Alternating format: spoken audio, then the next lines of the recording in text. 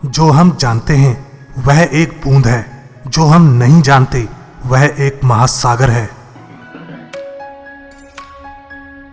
गुरुत्वाकर्षण ग्रहों की गति को स्पष्ट करता है, लेकिन यह नहीं बता सकता कि ग्रहों को गति देने वाला कौन है।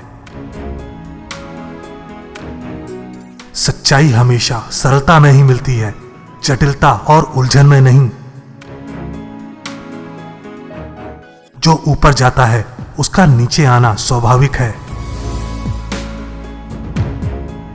यदि मैंने दूसरों से ज्यादा दूर देखा है तो यह महान लोगों के कंधों पर खड़े होकर ही संभव हुआ है। नास्तिकता बहुत ही अर्थहीन है। जब मैं सूर्यमंडल को देखता हूं तो मैं देखता हूं कि पृथ्वी सूर्य से सही दूरी पर है ताकि उसे उचित मात्रा में गर्मी और प्रकाश मिल सके। यह सब संयोग नहीं हो सकता। कोई भी बड़ी खोज एक साहसी कल्पना के बिना नहीं की जा सकती। हर क्रिया के लिए एक समान और विपरीत प्रतिक्रिया होती है। चातुर्य बिना शत्रु बनाए अपना लक्ष्य बना लेने की कला है। मैं आकाशीय पिंडों की गति की गणना कर सकता हूं, लेकिन लोगों के पागलपन की नहीं। मेरी सभी खोजें ईश्वर से प्रार्थना के उत्तर में ही हुई हैं।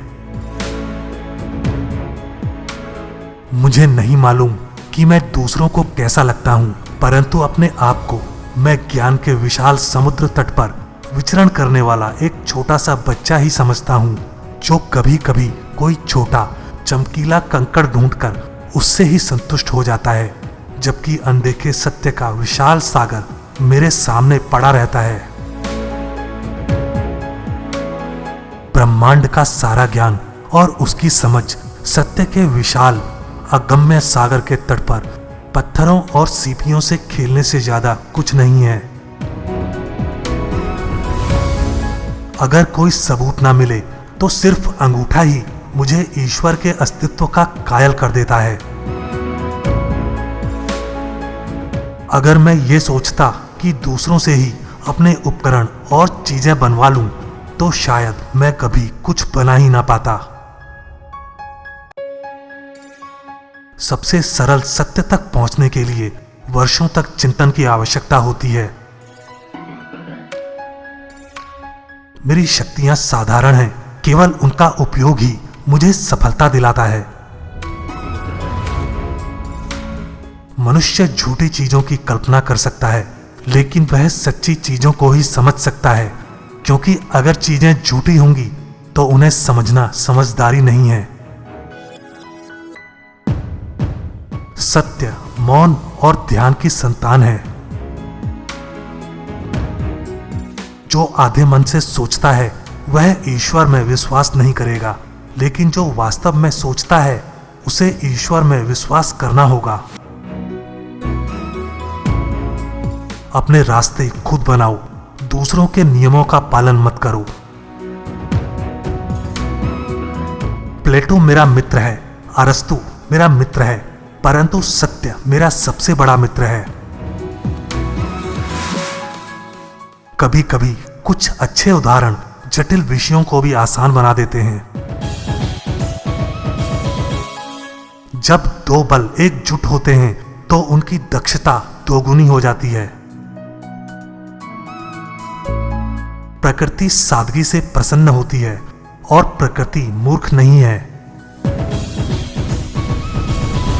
यदि मैंने कोई मूल्यवान खोज की है तो वह किसी अन्य प्रतिभा से अधिक धैर्यपूर्ण ध्यान देने के कारण ही संभव हुई है। प्रकृति के सभी रहस्यों को समझना किसी एक व्यक्ति के लिए या किसी एक युग के लिए भी बहुत कठिन कार्य है। सूर्य, ग्रहों और धूमकेतुओं की यह परम सुंदर व्यवस्था केवल एक बुद्धिमान और शक्तिशाली सत्ता के परामर्श और प्रभुत्व से ही अस्तित्व में आ सकती थी। जिस तरह एक अंधे व्यक्ति को रंगों का कोई ज्ञान नहीं होता, उसी तरह हमें इस बात का कोई अंदाजा नहीं होता कि सर्वज्ञ ईश्वर किस प्रकार से सभी चीजों का अनुभव और समझ रखता है। मैं परिकल्पना गढ़ने का प्रयास नहीं करता, मैं केवल प्रमाणों के आधार पर निष्कर्ष निकालता हूं। यदि मैं कुछ भी हूं जिसमें मुझे बहुत संदेह है, मैंने कड़ी मेहनत से खुद को ऐसा बनाया है। अगर आपका अपमान होता है तो बेहतर है कि आप चुप रहें या हंसी मजाक में टाल दें।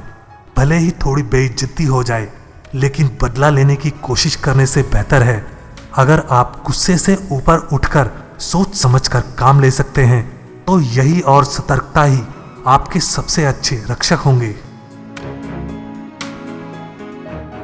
कविता एक तरह की चतुराईपूर्ण बकवास है। गलतियां कला में नहीं बल्कि कलाकार में होती हैं। प्रकृति अपने नियमों का हमेशा पालन करती है। अगर स्वर्ग से दो फरिश्ते भेजे जाते, एक साम्राज्य चलाने के लिए और दूसरा सड़कें साफ करने के लिए, तो वे अपना काम बदलने की इच्छा नहीं करेंगे, क्योंकि उनको पता होगा कि हम चाहे जो भी कर रहे हों, यह खुशी लाने, हमारी समझ को गहरा करने और हमारे जीवन का विस्तार करने का अवसर है। सच्चे प्रभुत्व से यह निष्कर्ष निकलता है कि सच्चा ईश्वर सजीव, बुद्धिमान और शक्तिशाली है। अन्य पूर्णताओं से यह निष्कर्ष निकलता है कि यह सर्वोच्च या परम पूर्ण है। यह शाश्वत और अनंत, सर्वशक्तिमान और सर्वज्ञ है, अर्थात वह अनंत काल से अनंत काल तक विद्यमान रहता है और वह अनंत से अनंत तक उपस्थित है। वह सभी चीजों का शासन करता है और वह हो रही या होने वाली सभी चीजों को जानता है। कठिनाइयां वे दवाएं हैं जिन्हें हमारे दयालु और बुद्धिमान चिकित्सक ने हमारे लिए लिखी हैं, क्योंकि हमें उनकी जरूरत है। वह उनकी मात्रा और गंभीरता को हमारे मामले के अनुसार निर्धारित करता है।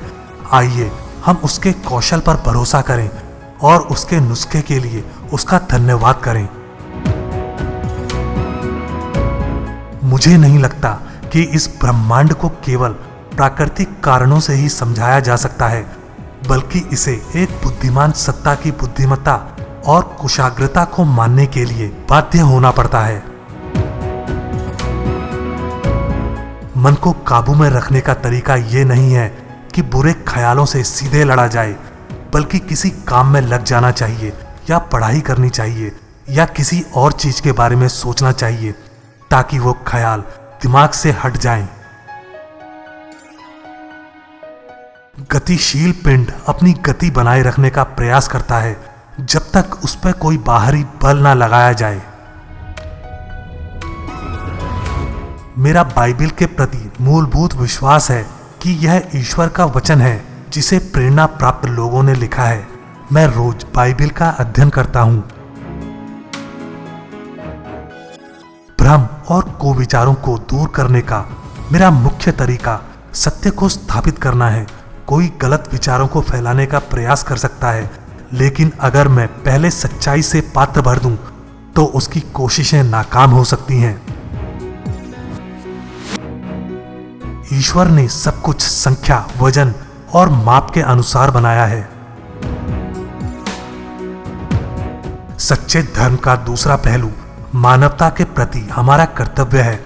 हमें अपने पड़ोसी से अपना सा व्यवहार करना चाहिए, सभी के प्रति दयालु होना चाहिए, क्योंकि दया ही सबसे बड़ा गुण है जो विश्वास या आशा से भी महान है और ढेर सारे पापों को ढक लेती है।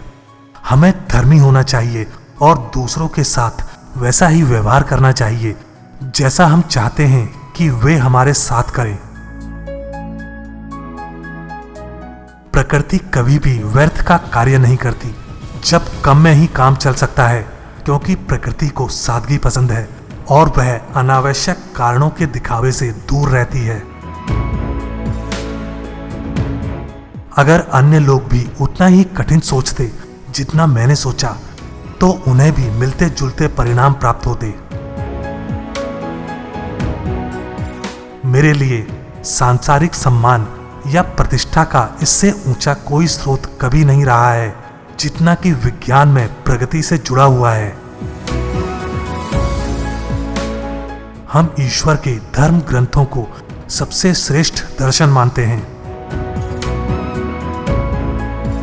मैं अपने अध्ययन के विषय को लगातार अपने सामने रखता हूं और तब तक प्रतीक्षा करता हूं जब तक कि पहली किरण धीरे धीरे थोड़ा थोड़ा करके एक पूर्ण और स्पष्ट प्रकाश में ना खुल जाए। लगता है मैंने खुद को दर्शन शास्त्र का बंधक बना लिया है। मैं केवल सत्य और निश्चित ज्ञान को ही स्वीकार करूंगा, कयासों को नहीं।